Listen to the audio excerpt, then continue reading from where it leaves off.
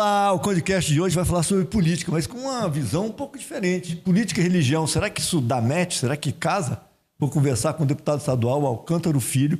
Ele tem um livro que ele está lançando, já lançou agora, e fala muito sobre isso. Vamos conversar com ele aqui. Chega para cá, deputado. Obrigado pela presença. Vamos sentar e falar aqui sobre essa questão e outras questões também sobre a política. Afinal de contas, está aqui o Alcântara lá na Assembleia. Deputado estadual no seu primeiro mandato pelo Partido Republicano. Ele é advogado, foi ex-presidente da Câmara de Aracruz. Seu primeiro mandato na Assembleia, preside a Comissão de Proteção à Criança e ao Adolescente. Tem atuação destacada na defesa dos direitos infantos e juvenis. Reconhecido pela defesa dos valores cristãos e da família, ganhou a alcunha de deputado da Bíblia, com iniciativas voltadas à proteção da fé, da infância e do papel das famílias. Também lidera o movimento Escola Sem Doutrinação, defendendo transparência no ambiente escolar e o direito dos pais de acompanharem conteúdos sensíveis abordados em sala de aula. É interessante, hein? Quebrando o tabu, a política não é do diabo? Esse é o nome do livro? Exatamente, a alegria é muito grande estar aqui e esse é o tema, trazendo essa polêmica que na verdade é um tabu criado ao longo do tempo e que a gente desmistifica nessa obra que a gente lançou recentemente e está apresentando para o Estado do Espírito Santo e para todo o Brasil. Agora, é engraçado que eu vi aqui, quando fala assim, você foi colocado aí como deputado da Bíblia. E aí, de repente, eu vejo aqui que você tem um movimento de escola sem doutrinação. Exatamente. Uma coisa é uma coisa, outra coisa é outra coisa. E eu vou te contar a história aqui. Como é que você entende isso aí? Pois bem, desde o primeiro dia do nosso mandato na Assembleia, eu senti no coração de descer para o plenário com a Bíblia na mão. A Bíblia é o nosso instrumento de fé e de prática para nós que somos cristãos. E eu fui levá-la como um símbolo daquilo que eu defenderia no nosso mandato na Assembleia Legislativa. E a partir daquele momento, todas as sessões eu desço então com a Bíblia, eu faço menção à palavra em todo o tempo, baseio o nosso mandato na Constituição Federal, nas leis, na Constituição Estadual, mas, acima de tudo, naquilo que a palavra nos traz que, de fato, como eu disse, é a nossa bússola moral de direção. Então, a imprensa e alguns parlamentares começaram, e até as pessoas no corredor, começaram a se referir com essa alcunha de deputado da Bíblia, uns de forma pejorativa, outros de forma positiva, mas eu entendo isso como uma responsabilidade muito grande. O meu mandato ele é pautado, Ricardo, na defesa dos cristãos e das crianças, certo? O meu mandato é para representar, de fato, o público que me colocou lá dentro. Agora, a escola é um local onde o que se deve prevalecer é o ensino e não qualquer outro tipo de doutrinação. Mas quando fala em doutrinação, o que você entende por doutrinação? Vou te dar um exemplo. Eu estudei numa escola católica, no Sacré-Cœur de Marri. Lá a gente fez primeira comunhão, a gente estudava... Tinha o catecismo que estudava naquela época. Não sei se é isso que é doutrinação ou se tem uma outra vertente. A escola Sacré-Cœur é uma escola confessional. O STF ele define que no Brasil podem haver escolas confessionais. O que é uma escola confessional? Tem a escola Americano Batista. Só que são escolas particulares. Perfeito? Sim. No ensino público, a minha defesa é para que não haja, de fato, nenhum tipo de interferência moral e religiosa na educação dos filhos. Por quê? Porque o Tratado Americano de Direitos Humanos, o Pacto de São José da Costa Rica, ele determina no artigo 12.4 que a formação moral e religiosa dos filhos é direito dos pais. Então, os filhos, na nossa ótica, não são do Estado. Eles não são dos professores, com todo o respeito que nós temos aos professores, mas eles são dos pais. Então, quando um pai quer levar o filho para a escola, ele quer que o seu filho aprenda português, matemática, ciências, o que cada vez tem ficado mais defasado, mais escasso. Não quer que o seu filho aprenda aquilo que o pai não quer ensiná-lo em casa. E a gente tem visto muito isso. Portanto, nós temos feito um movimento chamado Escola Sem Doutrinação, que, a meu ver, não conflita em nada com o meu posicionamento na Assembleia. Porque o meu posicionamento na Assembleia ele é justamente para representar uma parcela da sociedade. Tem uma outra parcela que defende outras pautas que não representam todo mundo. E isso que é bonito dentro do parlamento. O parlamento ele tem todas as frentes de representação da sociedade. E o meu mandato ele é muito marcado por uma posição firme das pautas que eu acredito, aquilo que eu entendo que é melhor para o futuro da nossa geração e das próximas gerações. A gente precisa mesmo. É interessante que você estava falando, eu estava refletindo, porque na minha época de estudante, tinha justamente isso, as escolas eram muito ligadas à religião. Tinha o Martim Lutero, que era protestante, tinha o salesiano, tinha o Sacré-Cœur, tinha o americano batista, e isso realmente os pais colocavam os filhos ali, sabendo que ali já tinha uma linha cristã colocada. Mas na escola pública realmente não tem isso. Você coloca o filho lá e pode até mesmo muitas vezes ter um certo direcionamento. Então, sua pauta é uma pauta bem interessante, mas a política não é coisa do diabo, não. Eu acho que o livro, assim, não é a questão que a política é coisa do diabo. A política e a religião, elas sempre andaram juntas, né? A gente vê que o surgimento do cristianismo partiu do Concílio de Nicéia, que foi justamente um movimento gerado por Constantino, que era imperador romano, que precisava unificar o Império Romano do Ocidente e do Oriente, e a forma que ele fez foi puxando o cristianismo para o lado dele, que já era a maior parte das pessoas seguiam a questão cristã e não a questão pagã. Então a gente vê que o próprio cristianismo e a própria imagem de Jesus como uma base do cristianismo, ela foi definida num concílio a partir de uma decisão política. E hoje a gente está vendo assim, quando fala política e religião podem andar junto, essa é a sua visão ou não podem andar junto? Então, exatamente. Se a gente for fazer uma enquete aqui, as pessoas, acho que a maioria vai falar que política é coisa do diabo, porque na verdade é um dogma que foi construído ao longo do tempo e que os políticos contribuíram e muito para isso. Porque muitos políticos, infelizmente, eles entram dentro da política e se corrompem. E aí as pessoas, elas entendem que a política é do diabo. Mas eu até digo isso aqui no livro, a política por si só ela não corrompe ninguém, ela só revela quem já entra corrompido. A pessoa que entra com princípios sólidos na política, ela vai entender que a política é um instrumento, de fato, de transformação social, aquilo que vem lá de polis, das cidades gregas, a forma de organizar a sociedade. E existe política dentro, não só lá da Assembleia Legislativa, da Câmara Municipal, das prefeituras, mas existe política dentro das igrejas, dentro das empresas, existe política dentro de casa. Dentro de casa, isso é certo. Onde que as mulheres sempre mandam na gente, a verdade é essa, né? Mas existe política ali.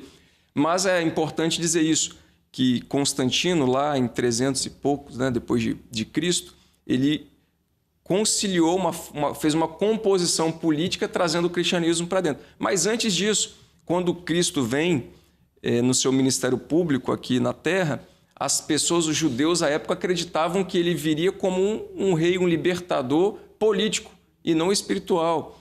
E antes disso, nós temos no Antigo Testamento inúmeros casos em que homens e mulheres foram usados na política, como José, que foi governador do Egito, é um governador, como se fosse nos tempos de hoje, que foi usado para que o povo não pudesse perecer de fome, como Davi foi um rei, enfim, existem vários casos, tanto é que tem um provérbio 29:2 que diz que quando o justo governa, o povo se alegra, quando o ímpio domina, o povo geme.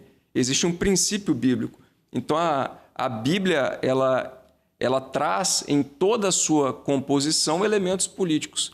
O problema é que a gente, enquanto sociedade, foi corrompendo e perdendo isso de vista ao longo do tempo. Você colocou uma questão aí que eu sempre bati também. Questão, o político é corrupto. Olha, mas o cara, antes de ser político, ele é um cidadão, né? Então, assim, todo político é corrupto? Não, ele é o cidadão que entrou na política e realmente mostrou sua face. Isso aí é uma coisa muito importante falar, porque a demonização da política, nesse caso aí, da questão de ser corrupto, de ser errado, político, não sei o quê, é mais porque a própria sociedade, ela vive uma realidade que muitas vezes, aqui no Brasil, a gente tem muito disso, o errado é o certo. E muitas vezes o certo está errado. É um negócio bem complexo isso aí. Uma inversão de valores. Inversão de valores. Tudo bem que eu levo vantagem. Tem a lei do gesto. Eu gosto de levar vantagem em tudo. Até mote de publicidade, isso já foi, né? E isso é um conceito que se estabelece dentro da cabeça das pessoas. Eu gosto de levar vantagem, e acaba a gente vendo que uma sociedade corrupta é uma sociedade totalmente fragmentada. Mas quando você coloca essa coisa, a política não é do diabo, quebrando o tabu, qual é a visão que você coloca no seu livro em relação a isso? Então, eu trago aqui no livro uma composição a fim de quebrar alguns tabus, e esse é o principal deles, trazendo justamente o caos que nós vivemos pela inversão de valores. A sociedade vem se deteriorando ao longo do tempo justamente pela omissão, pela ausência dos justos. Porque quando esse tabu ele é endossado e é consolidado, isso culmina com que as pessoas de bem, as pessoas que de fato são honestas, que querem ajudar o próximo, que entendem o conceito aí, como eu trago aqui à luz da palavra, de amor ao próximo, essas pessoas elas evitam esses ambientes escusos. E, de fato, a política é um ambiente muito inóspito, porque foi corrompido ao longo do tempo. Mas isso não significa que esse é um instrumento do diabo. A política ela foi instituída por Deus.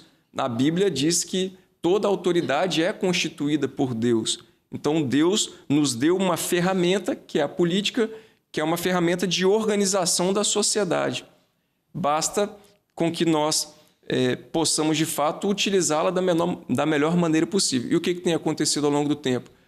Com o afastamento dos justos, as pessoas que, de fato, não têm boas intenções, não têm boas ideias, elas ocupam os espaços de poder. Perceba que meu pai, por exemplo, quando eu fui entrar na política, eu te disse um pouco disso antes aqui no off, mas é importante compartilhar isso. Quando eu decidi entrar na política, eu sou advogado por formação, meu pai era delegado de polícia e eu ainda morava com ele. E aí meu pai me disse, conversando com alguns jovens ali, a gente tinha criado um movimento chamado Show Corrupção, e aí eu decidi ser candidato, minha primeira eleição. Isso foi em vereador lá em Aracruz, não é isso? Não, eu fui depois. Isso foi minha primeira eleição, foi em 2010 a deputado federal. Ah, tá. Isso aí. 2010. Eu tinha 22 anos. E aí, cheguei em casa e falei, pai, tomei uma decisão, eu vou ser candidato. E meu pai, muito durão, ele falou assim, se você for candidato, você tem que sair de casa. E aí eu fui para o meu quarto, comecei a arrumar minha mala. Aí meu pai veio e falou assim, o que você está fazendo? Eu falei, eu estou arrumando minha mala. A minha decisão está tomada, eu vou entrar na política. E o sonho do meu pai era que eu fizesse concurso público. Aí ele pegou, olhou para mim e falou assim, não quero que você saia de casa. Eu estou apenas com medo de que você entre e suje a única herança que eu vou te deixar, que é o meu nome. E, de fato, por onde eu ando no estado, onde meu pai trabalhou, as pessoas gostam muito dele. E aí eu falei com ele, pai, eu não vou envergonhar o seu nome, eu vou honrar o seu nome. Justamente por esse preceito de que entende a política ser um ambiente que corrompe as pessoas, que a política é do diabo, esses tabus. E eu tenho vivenciado isso e tenho visto outros exemplos. Tem muita gente boa na política. Tem uma grande maioria que não presta, mas tem muita gente boa. Seu pai é vivo ainda? Não mais. Mas ele faleceu, você já era deputado? Já era. Eu tive a oportunidade de conceder a comenda Domingos Martins a ele. Foi um momento marcante desse mandato. Quando eu fui vereador, ele... Seu pai era delegado? Era delegado. Era aposentado já, né? Mas à época delegado. Quando eu fui vereador, todas as sessões da Câmara, todas. Ele não faltou uma. Foi lá te fiscalizar, era o seu fiscal. Foi me fiscalizar. E assim, acabou que ele começou a gostar ainda mais da política por conta do nosso testemunho. E o livro ele tende a mostrar que esse caos que a gente tem vivenciado, a gente estava falando da educação.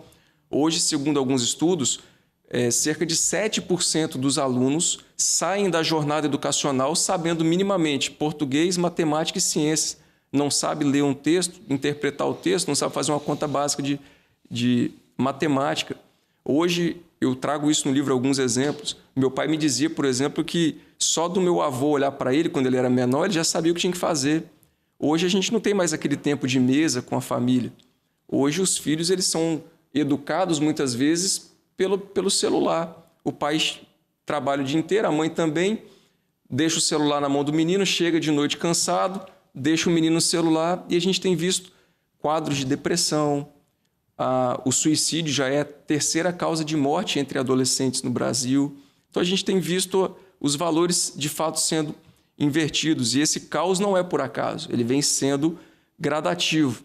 E com a ausência de pessoas de bem dentro dos espaços de decisão, as coisas estão se invertendo cada vez mais. Aí a gente vê essas ideologias se transformando, no primeiro momento, em algo que era chocante. Ela passa a ser normalizada e depois vira uma obrigação. Tem um conceito da janela de Overton, né? Que é o deslocamento da janela daquilo que era impensável, depois era inaceitável, passa a se tornar mais cotidiano, daqui a pouco suportável, aceitável, depois vira uma lei. Por exemplo, vou trazer um caso aqui. Existem alguns países onde uma criança, se ela decidir fazer uma cirurgia de mudança de sexo, ela tem direito legal a isso. Na Europa já tem alguns países que isso já é uma determinação. Não entrando aqui na questão de mérito, mas na transformação. Isso há um tempo atrás era chocante. Hoje já se tornou direito. Mas hoje a gente está vendo que assim, as mudanças elas são inevitáveis, né? A gente vive num mundo que é diferente de 10 anos atrás, que é diferente de 20, de 30, de 100, de 200. E a sociedade hoje é essa que aí está. É uma sociedade onde você tem acesso à informação, né? Assim, o homem sempre tentou e valorizou a pedra filosofal, seria a fonte de toda a sabedoria. E hoje nós temos a fonte de toda a sabedoria, que é um simples celular. Você tem acesso a todas as informações. Agora, quais são as informações que chegam até a mim e quais são as informações que eu consigo procurar que eu queira? Então, quer dizer, tem a pedra filosofal, mas não consegue ter todo o conhecimento nem toda a sabedoria. E aí, diante disso tudo que você estabelece como caos, qual seria a alternativa que a gente teria dentro do conceito de educação para jovens e adolescentes, crianças e adolescentes? Pois bem, eu defendo o fortalecimento daquilo que é a base da sociedade. E o que é a base da sociedade? É a família. O artigo 226 da Constituição Federal diz: a família, base da sociedade, tem atenção especial do Estado. Nós temos visto um esforço muito grande na fragilização da família. Da questão obviamente, o mundo vai mudando, mas alguns princípios eles eram sólidos. Hoje esses valores são gelatinosos. Por exemplo, o casamento ele passou a ser... Eu não abordo isso de uma forma profunda, mas eu trago essa reflexão. O casamento ele passou a ser descartável, certo? A criação dos filhos já não é mais prioridade. O tempo de dedicação ali para a educação dos filhos já deixa de ser uma prioridade. A gente tem visto alguns valores como a honestidade, como a palavra, ela já não é tão mais sólida como antigamente. Nas gerações anteriores, não precisava de contrato. Hoje... Valia o fio de cabelo, né? Não era? Era o fio do bigode ou o fio do cabelo. Hoje as pessoas, muitas pessoas, pelo jeitinho brasileiro, acham bonito passar a perna no outro. Então é justamente esse caos que eu tô abordando aqui dentro da primeira parte, do primeiro terço do livro. Depois eu trago alguns tabus, trago alguns dados e um pouco de história e faço um encaminhamento de como um cristão deve se posicionar em meio à sociedade. Afinal, a política ela permeia todas as esferas da sociedade. Agora, assim, quando eu vi pelo primeiro momento o seu livro, eu achei que ele falava muito da questão do político que usa a igreja para poder ter, ou não a igreja, mas a religião, para poder ter voto. Aborda essa questão ou não é essa questão que está no caso aí? Porque a gente vê muitas vezes, não vou falar o padre político, porque tem padre político, tem pastor político, tem pai de santo político, tem tudo, mas muitas vezes usa a religião como grupo, né, para poder ter voto. Não é isso que aborda. Não, e como é que é a sua visão em relação a isso? Eu entendo que as religiões elas precisam se posicionar. Eu defendo o cristianismo porque é a religião que eu vivo. Mas todas... Você é adventista, presbiteriano? Sou presbiteriano, da presbiteriana. Isso. Só que todas as religiões elas precisam se impulsionar, elas precisam ter os seus representantes. Assim como se tem sindicatos, se tem outros grupos, outras esferas da sociedade, os cristãos, os de religião de matriz africana, budista, enfim... Toda parcela da sociedade ela tem que ter um representante, ou mais do que um representante.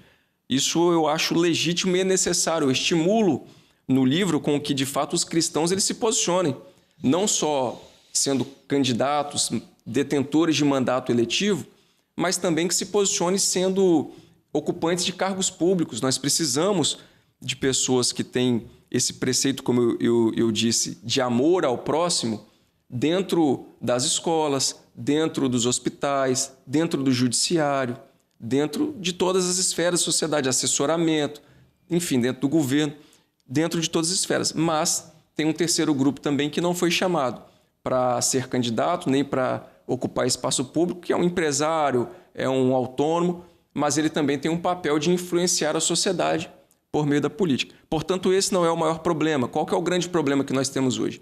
Pessoas que se aproveitam do público religioso, certo? E que não têm esse fundamento como premissa dos seus mandatos. Na época da eleição, eles vão lá e compram um rebanho, falando aqui, se me permite falar o português rasgado. Tem político que chega na época da eleição, nunca foi numa missa, nunca foi num culto, nunca foi em nenhum evento religioso, não é religioso, e se aproveita disso na época da eleição, vai lá e promete um monte de coisa e dá um negócio para um pastor, para um padre, para uma liderança, e se aproveita, faz disso um curral eleitoral. E existem também muitos religiosos que falam que a política é do diabo, que pregam isso, que acreditam nisso, que se eximem da sua responsabilidade, mas no momento de transformar a sociedade, vai e se vende por um saco de cimento, por meia dúzia de lajota, e isso tem muito. Então, assim, isso de fato precisa ser corrigido, precisa ser combatido. Fala que a política é do diabo, mas entrega a política. E você coloca uma coisa muito bem colocada aí, né? Porque o eleitor, ele acha que ele pode ser corrupto, mas que o político, aquele cidadão que se coloca como candidato, não. E quem já participou da política, eu participei, a gente vê muito isso aí. E uma coisa que a gente vê assim, mas esses políticos não prestam, porque a política é uma coisa do diabo, mas esquece que quem hoje no Brasil não tem como o cara se eleger pela força. Eu ponho um revólver na cabeça de 1 milhão de pessoas e me elegi. Ele foi votado pelo cidadão. Então, o cidadão elege o político e depois vem dizer que a política é a coisa do diabo. Que a coisa do diabo é o cidadão que não sabe votar. Eu tenho uma teoria que eu chamo ela de colher de sopa. A política nada mais é do que uma colher de sopa da sociedade. Você pega um caldeirão de sopa, como você vai saber o que tem ali dentro? Você pega uma colher, prova ali, você vai saber o que tem de ingrediente ali dentro. E a política é isso. Ela é um extrato, uma pequena porção de tudo que tem na sociedade. E se tem muito político corrupto, é sinal de que tem muito eleitor e tem muito cidadão corrupto no país, que é o jeitinho brasileiro, né? E o próprio aquele que se reelege, né? Elege o filho, elege o neto, era corrupto, mas você votou no cara que era corrupto. Aí vota por quê? Porque teve um benefício próprio. Eu sempre digo isso, assim, o meu mandato não é nada assistencialista nesse sentido. Eu busco fazer tudo que eu posso pelas pessoas que nos procuram, pelas causas que a gente defende, mas quando vem uma pessoa pedir dinheiro, pedir alguma coisa, eu falo assim, olha só, não existe nenhum político que eu conheço que sai dando dinheiro, pagando conta de energia, dando saco de cimento, do dinheiro do próprio bolso. O cara não vai fazer isso. O cara pode até começar fazendo isso, mas ele vai aparecer uma oportunidade dele se corromper ali, ele vai estar apertado, ele vai se corromper. Exatamente. Então o cara ele rouba o dinheiro do povo, para dar para o próprio povo e dar uma migalha tirar para o povo. Vantagem. Olha, a jornalista Karen de Freitas fez uma pergunta para você e a gente vai assistir aqui e ouvir essa pergunta agora. Eu sou Karen de Freitas, aqui de Aracruz, e tenho que dizer que o conteúdo deste livro é muito edificante. Mas como fazer para esta pauta chegar para além da bolha dos cristãos? Como fazer para este assunto chegar dentro das igrejas, sendo que ainda há uma resistência e um preconceito no meio cristão? É uma boa pergunta, né? Excelente pergunta. De fato, assim, eu entendo que a nossa principal missão não é nem furar a bolha dos cristãos. No primeiro momento é alcançar, de fato, os cristãos a entender que os cristãos eles definem eleições no Brasil. Hoje é um grupo que, principalmente numa eleição majoritária, que tanto a nível estadual quanto a nível federal, a cada dia que passa, são mais disputadas, eles definem a eleição. Então, o que nós precisamos entender, de fato, é que, como igreja, e aí você diz como que a igreja vai se posicionar em relação à política, políticos que usam a igreja ela não pode ter político de estimação, a igreja ela não pode se utilizar do púlpito e da autoridade que se tem sobre um rebanho para interesses pessoais, um projeto político pessoal. Eu entendo que a igreja ela precisa levar aos cristãos os princípios políticos que podem influenciar positivamente a sociedade. E tem muito cristão que, de fato, continua achando que o cara que entra na política ele vira leproso, no sentido de corrupto, de bandido, e se exime de votar ou, como você muito bem disse, critica os políticos, fala que é do diabo, mas até apareceu um político, entre aspas, bonzinho, que vai oferecer algum benefício pessoal, ele vai lá e pega. E depois reclama, né? Agora, você, você estava na comissão da criança, proteção da criança e do adolescente. O que você, dentro da Assembleia, você proporcionou para que as crianças e adolescentes tivessem realmente uma proteção maior diante de todas as agressões que a gente vê hoje, a ameaça que a gente vê hoje sobre a criança e o adolescente? Perfeito. Dentre as várias ações que nós promovemos, e essa, como eu disse, é a minha pauta de mandato. Sim. Eu tenho 2 pautas: defender as crianças e os cristãos. Dentro da Comissão de Proteção à Criança e Adolescente, nós tivemos um primeiro ano de um enfrentamento muito grande da violência nas escolas. Nós iniciamos o mandato em 2023, vindo de uma tragédia que aconteceu na minha cidade de origem, minha cidade natal, Aracruz, em Coqueiral de Aracruz, aquela tragédia, chacina nas 2 escolas. E nós fizemos um trabalho muito intenso e contribuímos com projetos de lei, com indicações e com um projeto que culminou em um programa de combate à violência nas escolas, e graças a Deus esses índices eles têm, de fato, reduzido. Além disso, nós temos um trabalho de fortalecimento dos conselhos tutelares. Nós, assim, a cada 8 minutos, uma criança é abusada, é violentada sexualmente no Brasil. Então, a gente tem feito um trabalho muito intenso de fortalecimento dessa rede de proteção, ajudando na capacitação, no diálogo. A nossa estrutura física e profissional da comissão tem ajudado os conselhos tutelares de todo o Estado do Espírito Santo. E o terceiro eixo do nosso programa de atuação na comissão é o movimento Escola Sem Doutrinação, onde, de fato, a gente tem buscado lutar pelo direito dos pais e dos alunos. Inclusive, teve uma lei de minha autoria que teve uma repercussão nacional, foi derrubada pelo STF, a lei que em parte da imprensa denominou como lei antigênero, mas, na verdade, era uma lei que ela dava direito aos pais de decidirem se seus filhos participam ou não de atividades de cunho sexual, de gênero e religiosa dentro das escolas. Infelizmente, essa lei foi derrubada por uma votação que eu entendo equivocada e política, mas a nossa pauta continua assim, na defesa da segurança nas escolas, no fortalecimento da rede de proteção e também nesse movimento que aquece o meu coração e essa luta que nós temos tido por escolas focadas em ensinar de fato aquilo que as crianças e adolescentes precisam aprender. Pois bem, então conversei aqui com o Alcântara Filho, deputado estadual do Republicanos, é candidato à reeleição. Pré-candidato à reeleição. Aí, não lancei ainda não, estou lançando em primeira mão. Aí, pronto. Então, é um trabalho interessante. Vou mostrar o livro dele, foi mostrado aqui já, né? Então, vale a pena quem gosta de política, né, conhecer aqui e investigar o livro. Política não é do diabo. E eu concordo com você. Participei da política e muitas vezes fui demonizado por causa disso e até mesmo acho que é difícil você permanecer na política se você não quer enfrentar esse tipo de preconceito, né? Até mesmo entre amigos. O cara fala, tá vendo aí? Eu sou velejador, sempre participei de campeonato. E um amigo meu me conhecia há muito tempo, falou, tá vendo aí, agora ele é vereador, tá com uma prancha nova. Eu sempre tive uma prancha nova. Mas essa questão do político ser demonizado, ela é grave, porque afasta pessoas de bem da política, né? E quando a gente sabe, quando a pessoa de bem se afasta, aquele que é mal intencionado ocupa um lugar. Bom, conversei com o deputado Alcântara Filho, vou deixar com você com a caneca do Condecast, para você ter lá junto com você, agradecer a sua presença aqui, desejar sucesso para o seu livro, desejar sucesso para você na sua campanha também.